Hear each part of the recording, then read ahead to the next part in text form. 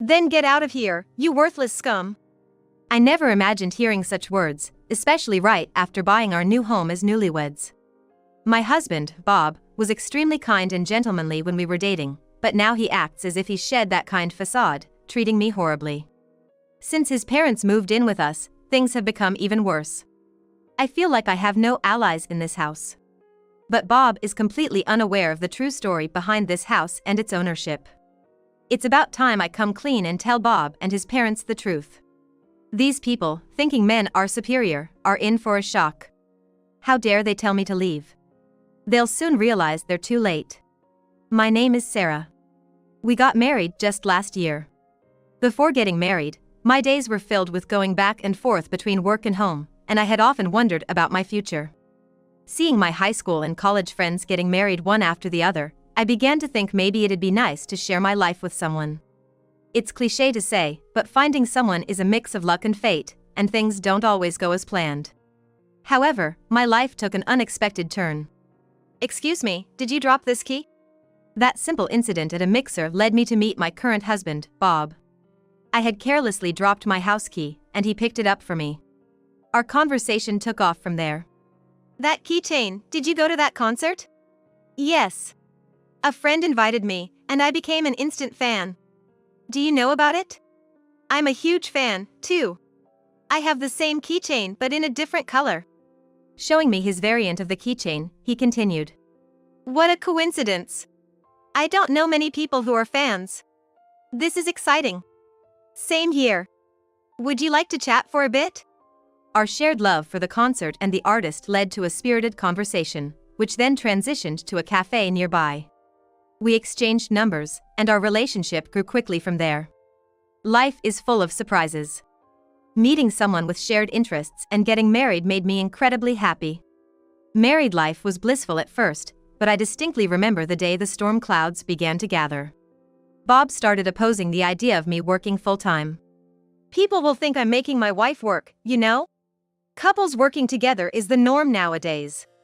Besides, I've been working since I graduated from college. You're okay with people thinking I can't provide for you? Saying that, he aggressively bit into his dinner roll. I want to be the main breadwinner, and I want you to primarily take care of the home. So, you want me to be a stay-at-home wife? Yeah, but not entirely. Maybe you could work part-time or something. Just because you say so doesn't mean I'll find a part-time job easily. You were just doing basic clerical work, after all. I'll look the other way until you find something. Just do your best. I didn't understand why, even when I was willing to comply with Bob's wishes, I was still subjected to such demeaning comments. Referring to one's wife as just someone doing basic clerical work and being condescending was unsettling. I began to dread our future together. Luckily, I found a suitable remote job, ensuring a steady income equivalent to part-time work. While Bob earned outside, I balanced work from home with household chores. It seemed to be working out well for a while. But then, something happened that shook our relationship to its core. One day, I overheard Bob on the phone. He seemed quite agitated. Though I couldn't hear the conversation, my curiosity was piqued. Hey, what's been going on since this morning? Did someone call? Yeah.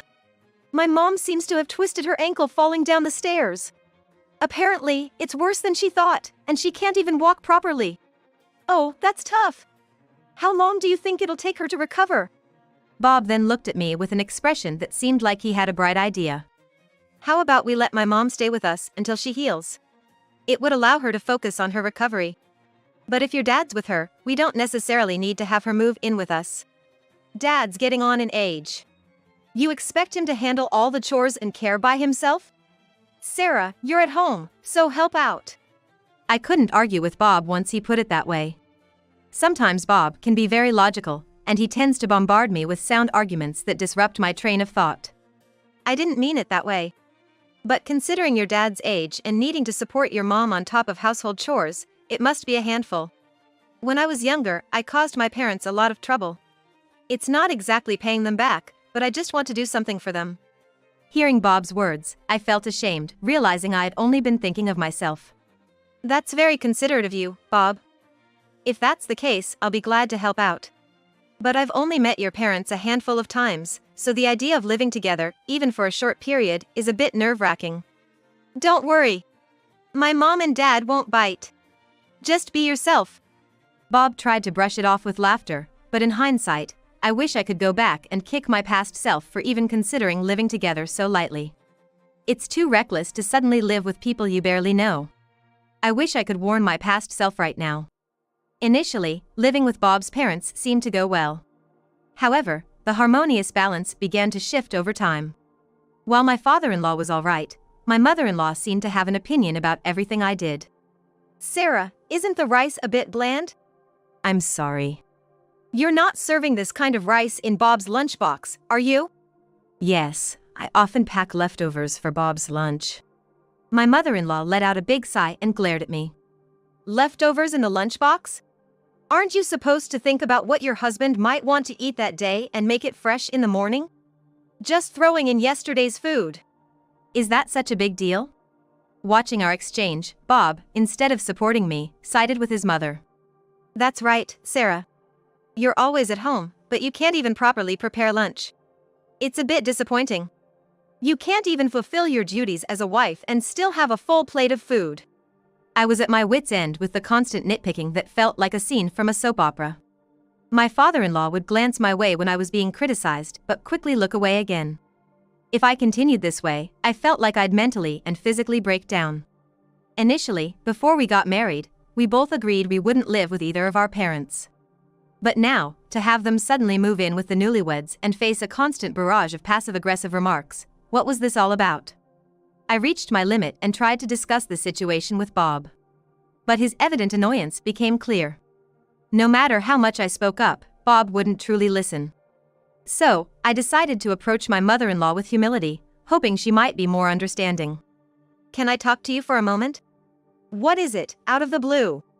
To be honest, Bob and I have our way of doing things and our own routines.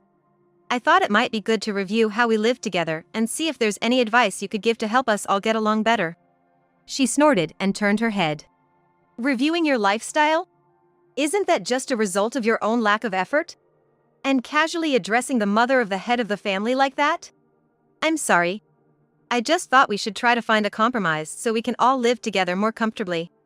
I mustered the courage to speak. If she thought I'd stay silent and let her walk all over me, she was sorely mistaken.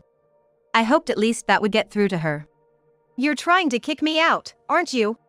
After all, I'm just trying to teach you since you're clearly lacking. Aren't you even grateful? Grateful. Who's teaching you about the customs and traditions of the Johnson family? I've been taking you under my wing and guiding you every step of the way. I'd heard that my mother-in-law also married into the Johnson family, so I wondered how my father-in-law felt about everything. When I tried to catch his eye, he quickly looked away. My mother-in-law, being a woman of many words, could blow things out of proportion. At first, I thought if we lived together, maybe we could at least get along a little. However, as I came to the realization that it was impossible, words just poured out of me. I've had enough. Please leave. Just then, Bob walked in, witnessing the exchange between me and his mother. He turned to me, yelling angrily. Well then, you get out, you good for nothing. He slammed the door open as he shouted. Bob, when did you get home? I got a message from Mom after I finished work that you were being horrible to her. I rushed home and what do I find?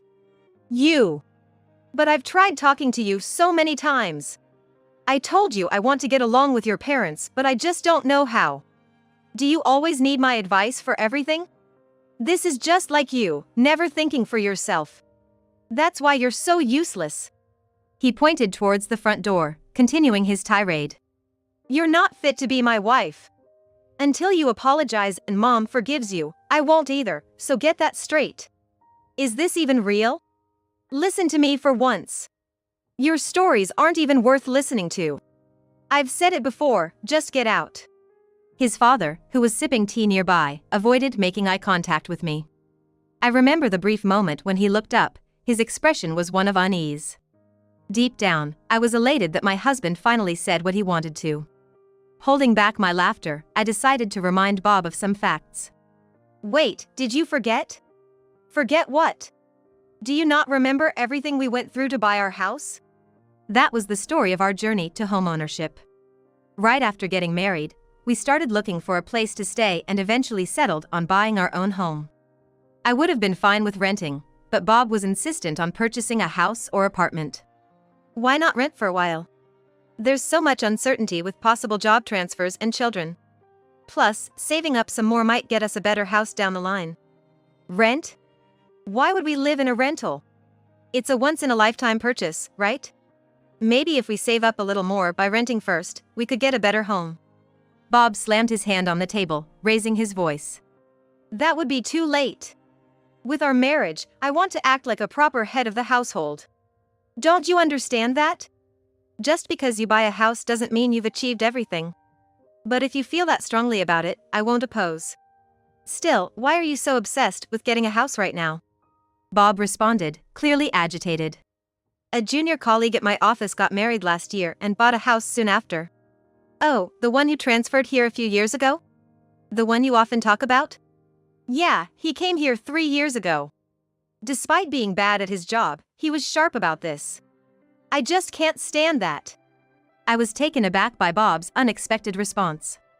I decided to ask him for more details. Why can't you stand it? Normally, juniors should follow their seniors' lead. If they can't follow this simple hierarchy, how can they be trusted with work? Don't you think so? Everyone's different, Bob. Honestly, I was a bit put off by Bob's apparent jealousy and vanity. However, I knew he had a strong resolve, and once he made up his mind about something, there was no changing it. But the real shock came when we were about to sign the contract and found out we couldn't have the house in Bob's name. Why the heck can't I? I've been working hard in this company right out of college, moving all around the country. There's no way I can't get a simple home loan. There's gotta be some mistake. While Bob was causing a scene, I scanned the document handed to me. At a glance, it stated that there were issues with Bob's credit history, making it impossible to secure a loan. I wondered if maybe we could secure the loan if it was in my name instead of Bob's. I decided to suggest this to him. However, explaining the details to a panicked Bob seemed futile. You just want a mortgage for our house, right? We can request another review with your name, but how about also trying with mine? You think they'd give a loan to a woman? It might be a long shot, but it's worth a try, right? If it goes through the second time, we'll be able to buy our house. I tried to calm a shocked Bob and decided to request another credit check, this time for both of us. To ensure Bob wouldn't be shocked by the results, we had them sent to my parents' place in the neighboring town. Soon, I got the news from my family. The assessment showed that a contract could be made if it was under my name.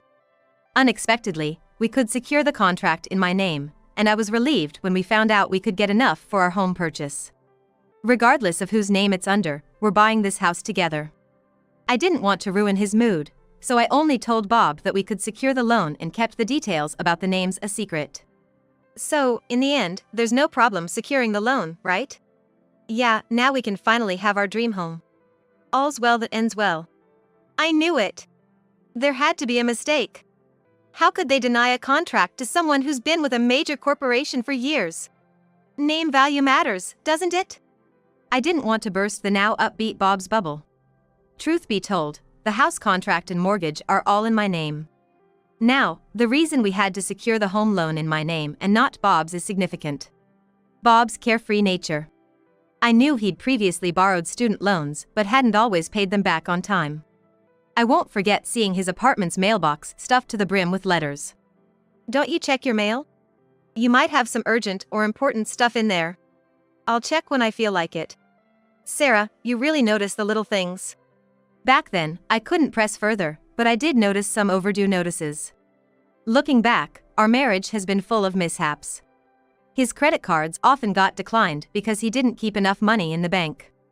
This recurring issue eventually led to his card being terminated. When I noticed credit card bills cluttering our home table, some were already overdue by 6 months. Hey, about those letters on the table. The ones with the payment slips? I'm not sure about them. I'm too busy. Can you handle it? Can't you just take a look at what it's for? Suddenly, Bob became irritated and grumbled his way to the bedroom. I've got work to do. Can't you handle such trivial matters? I'll never forget how he just carelessly shoved his responsibilities onto me without even giving it a proper look. I went and made the payment as he asked, but given the significantly overdue deadline, it was no surprise his credit card was no longer usable. Considering the student loans and credit card debts, it's no stretch to imagine that Bob's credit history was a mess. Despite it being his own affairs, did he not remember? The words almost left my lips. Before our home purchase, Bob's carefree nature caused a lot of issues. I wonder if his mother is even aware of his credit problems and his inability to secure any loans or credit cards. Bob, seemingly recalling something after hearing my words, wore a startled expression. You're not saying the house contract is under your name, right? There's no way you, a woman, could handle that. Then, noticing Bob's demeanor, his mother chimed in. What's the matter? This house belongs to Bob, the head of this family. You should just leave if you have an issue. Since when did this house become Bob's? It's always been his from the start. In fact, if you want to stay, maybe you should get on your knees and beg. For his mother to say something so ridiculous. Ignorance is a sin, and it's embarrassing. It felt like that phrase was made for her. Could you please stay quiet for a moment? If it makes you feel better, you can kneel before me right now. Why should Bob or I bow down to the likes of you? I got up from the chair and muttered to myself. Where should I start explaining to her? Suddenly, Bob grabbed my shoulder and exclaimed. Stop it! Don't say anything unnecessary to Mom. What's the problem here? Ignoring their voices, I moved away from the dining table and went to retrieve some documents from the safe in the next room. Take a look at these. They were made when we bought the house. His mother briefly glanced at the papers, then tossed them aside. His father picked them up and started scrutinizing them. Sighing, he looked at me, probably pondering something. Is this some contract or something about the house that Bob bought? Look closely. Both the mortgage and the ownership of this house are under my name. His mother almost jumped out of her seat. That's impossible. There's no way a woman could have a contract over the man of the house. Well, it's the truth. All thanks to Bob's careless personality, though. Who are you calling careless? She closed the gap between us in a rush. If she's going to push it this far, it's time to lay all the cards on the table. You mean to tell me you haven't noticed Bob's recklessness? He rarely meets any payment deadlines, and I've had to cover for him most of the time. You really can't believe that? He's been out of the house since high school, so I have no idea about his life after that. And so what if he made a few mistakes at home? Why make a big deal out of it? I handed her a document detailing his credit history. What's this paper? It shows that Bob has no financial integrity because he's careless with money and deadlines. Integrity? What are you talking about? You really don't know? If you did, you'd realize how embarrassing it is to owe money and act like everything's fine. His father was glaring fiercely at both Bob and his mother. I had never seen him look so intense. He's usually reserved and avoids making eye contact. Bob and his mother, on hearing my words, turned beet red and started trembling. What I was telling them had shaken them to their core. You badmouth your own husband. Don't you think you're lacking the awareness of being a wife? His mother always sides with Bob, but there's a limit. I pulled out an envelope. It's not just Bob, ma'am. Taking and spending someone else's money without permission is the start of theft. So now you're calling me a thief? That's a terrible accusation. Who's the real thief here, trying to steal my son from me? She seems upset, thinking I stole Bob from her through marriage. But I calmly told her. There are some strange charges on my credit card statement that I don't recall making. Doesn't that seem odd to you? Why are you pinning this on me? Don't blame others. She's still trying to play innocent. Talk about not knowing when to quit. Didn't you use my credit card at the convenience store near the station last week? Turns out, an acquaintance of mine works there and saw you. You're lying, right? Do you think I am? I can even tell you what you paid for. Want me to list it? So what if I did? Bob's my son, so anything that belongs to him belongs to me too, right? Making a big fuss over nothing. You have no common sense. It's ironic that a woman with no common sense is lecturing me about it. Using someone's credit card without permission is a crime, you know. I might have just confused it with some loyalty card or something. That's not gonna cut it. My friend clearly heard what you were saying. You can't just claim ignorance. I didn't miss the way her cheek twitched. You're so sneaky, always doing things behind the scenes. Who's the sneaky one here? My friend told me you said, it's my daughter-in-law's card, so it's fine, while paying at the register. And you know, that store has security cameras. If I went to the police, they'd take action. You're gonna throw me in jail? Hearing this, Bob chimed in. We're family living under the same roof. Isn't it a bit much to hold a grudge over just a little credit card use? With all the nonsense, I just wanted this to end. I took out my phone and said, I've reached my limit living with the two of you. Let me say it one more time. Leave my house. As I said this, I showed them the phone screen, ready to call the police. If you continue to deny the credit card issue, I'll report it as theft to the police. And I can't live with Bob anymore. You're gonna abandon our marriage just like that? Aren't we supposed to support each other? I never thought I'd hear you talk about mutual support in a marriage. Fine. If you won't leave, I will.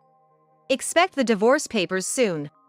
Bob pleaded, not wanting a divorce, while his mother kept muttering about the police being a bluff, and his quiet father remained silent as usual. For me, I had said all I needed to. I already consulted with a divorce lawyer, and it was just a matter of letting them handle things. I never imagined they'd be like this, but maybe it was a blessing in disguise to see their true colors so soon. In the end, Bob and I decided to divorce. The lawyer said Bob and his mother resisted until the very end. At first, they were defiant, saying things like, I might still forgive you now and you lack the awareness of being a wife. However, as the lawyer calmly explained everything, their confidence waned. Clearly realizing they had no case, they gave in. After I moved out, Bob and my ex-in-laws continued living in the house without permission. But considering I own the house and we're no longer family, I don't owe them anything. Through the lawyer, I gave them a choice, move out soon or pay a much higher rent than market value. They chose to move out. Furthermore, having seen his wife's true colors during this debacle, my ex-father-in-law surprised everyone by filing for divorce. He had been quiet throughout, but there must have been things he couldn't overlook. Now, he lives alone using his savings, while Bob and his mother seem to be struggling. Bob tried to take care of his mother, but soon after, he faced issues at work. He had been treating a junior coworker terribly at work, which led to reprimands from upper management and resulted in a demotion. Apparently, his salary was cut and his position was lowered. It was quite a sorry state. Eventually, he resigned but hasn't found another job, forcing him to live in poverty. What goes around, comes around. After our split, I've been enjoying my solo life. Not having Bob and his mother around is such a relief. I didn't realize how stress-free it could be. Sometimes their actions still infuriate me, but I focus on my work instead of dwelling on it. Through a friend's recommendation, I started working at a new workplace and find myself tackling unfamiliar tasks every day. In this new environment, I'm also considering obtaining certifications, so my days are pretty busy. But I kinda prefer being busy. It keeps my mind from wandering, making things easier on me. On my days off, I love cafe hopping and enjoying some reading time. It makes me feel truly happy. Right now, I cherish these moments of personal joy and contentment.